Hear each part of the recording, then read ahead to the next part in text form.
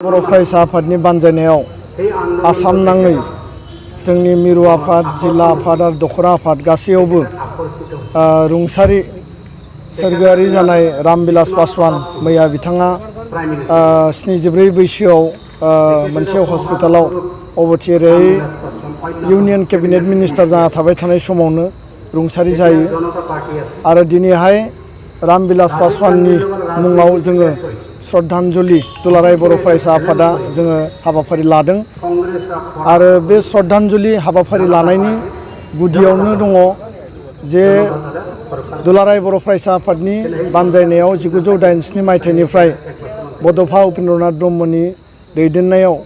जि आलादा रायजोनि सोमावसारनाया जादोंमोन बर' हारिनि थांना थानाय, बर' हारिनि थामोनथा रैखाथि, बर' हारि गेरेमसा दानाय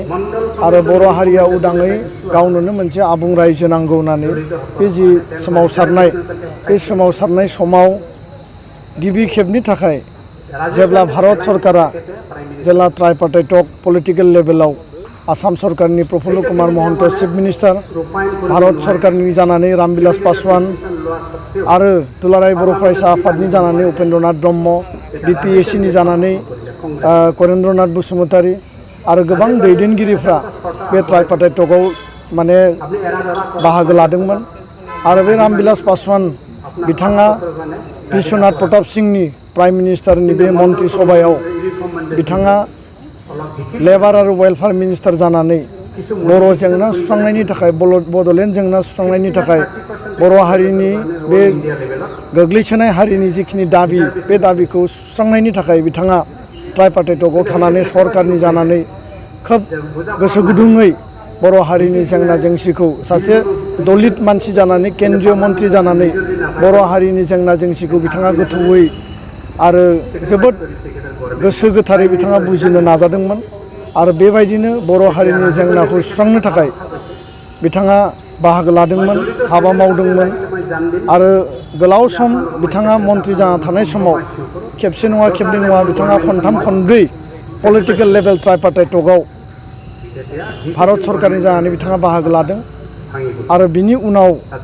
बिथाङा 1990 मायथाइयाव देबरगावआव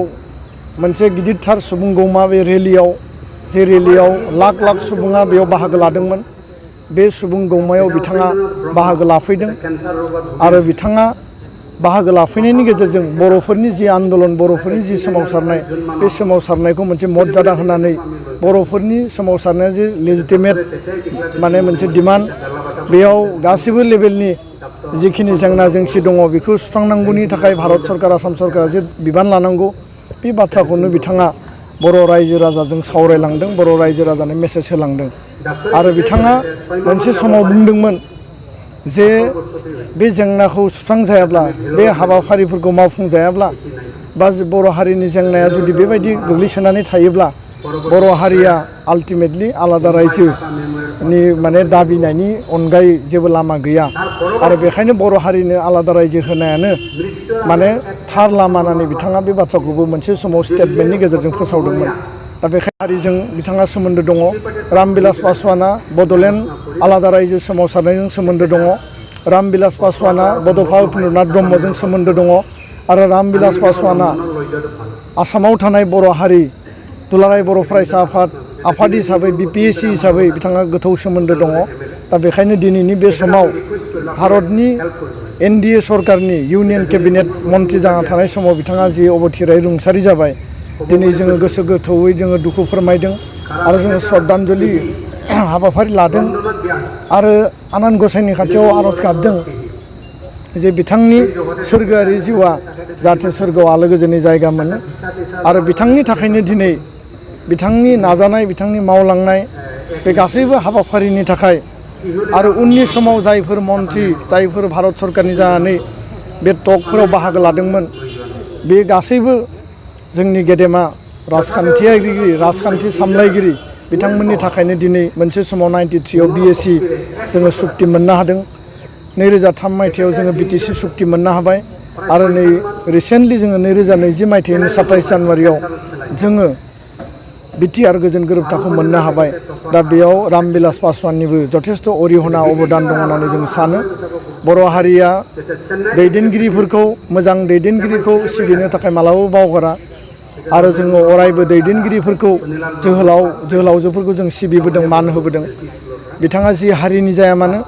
बिथाङा बिहारनिफ्राय माने ब्लाबो दुलाराय बर' फरायसा आफादा बर' हारिया बिथांखौ जोङो सिबिदों दिनै गोसोखांदों आरो फैबाय थानाय समाव बिथाङा दुलाराय भारत हादरनि थाखाय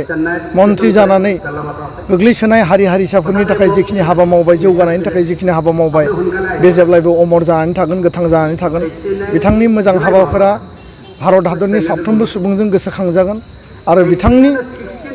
जिउ नागारनाया बिथाङा रुंसारि जानाया भारत हादरनि थाखाय जोबोद गिदिरथार खहा आरो दिनै दुलाराय बर' माहारिया बा दुलाराय बर' फरायसा आफादा बिथांखौ जोङो दिनै गोलाव समनि उनावब्लाबो बिथांनि मावनानै गालांनाय बिथाङा बर' हारिनो बिहोमा होलांनाय बर' हारिनि आलादा रायजो जेंना सुस्रांनायनि थाखाय जिखिनि बिथाङा हाबा मावबाय बिनि थाखाय जोङो दिनै गोसोखांदों आरो बे हाबाफारियाव बिथांजों समब्रा समब्रि खामानि मावफानाय बै समनि BPSCनि आफादगिरि एबसुनि बारग' आफादगिरि आरो मोनसे समनि पानेरियार मासबाद समस्तिनि MLA करेन्द्रनाथ बसुमतारी बिथांखौ जोङो लिंनानै लाबोदों आरो दिनै बिथाङा बे समनि माखासे गोसोखांथावना थासारिफोरखौ बिथाङा दिनै बेखेवदों क'क्राझाराव दुलाराय बर' फरायसा आफादनि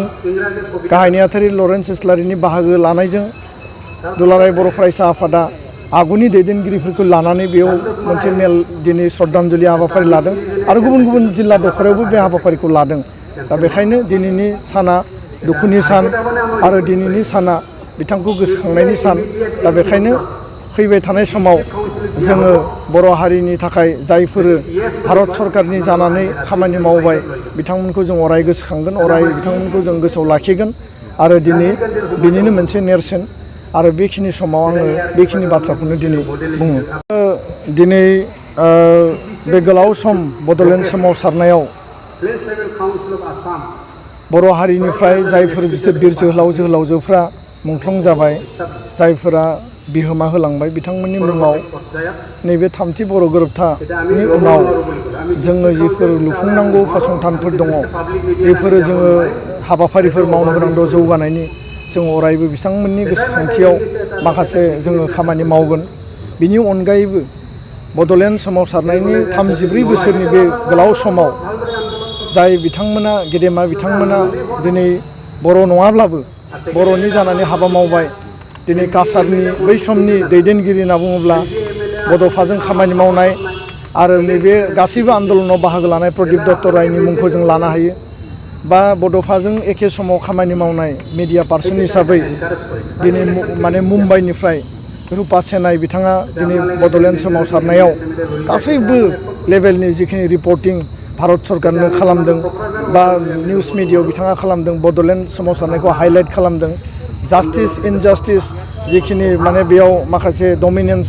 जिखिनि जादों बेफोरखौ हाइलाइट खालामदों आरो जोंनि गोग्लैसोनाय हारिनि थासारिखौ हाइलाइट खालामदों दा बेबायदिनो रामबिलास पासवाना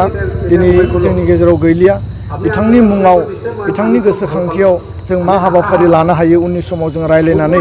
बिथांखौ गोसोखांथावना खालामनानै लाखिनो थाखाय माबा मोनसे जों जुदि हाबा मावनो हायोब्ला खामानि जों मावनो हायोब्ला थांखि लानो हायोब्ला जोङो गोजोननाय मोनगोन आरो बेनि थाखाय जों दुलाराय बर' फरायसा आफादनि जोङो प्लेटफर्माव बेखौ जों सावरायगोन आरो बिनि उनाव जों बिथांखि लागोन।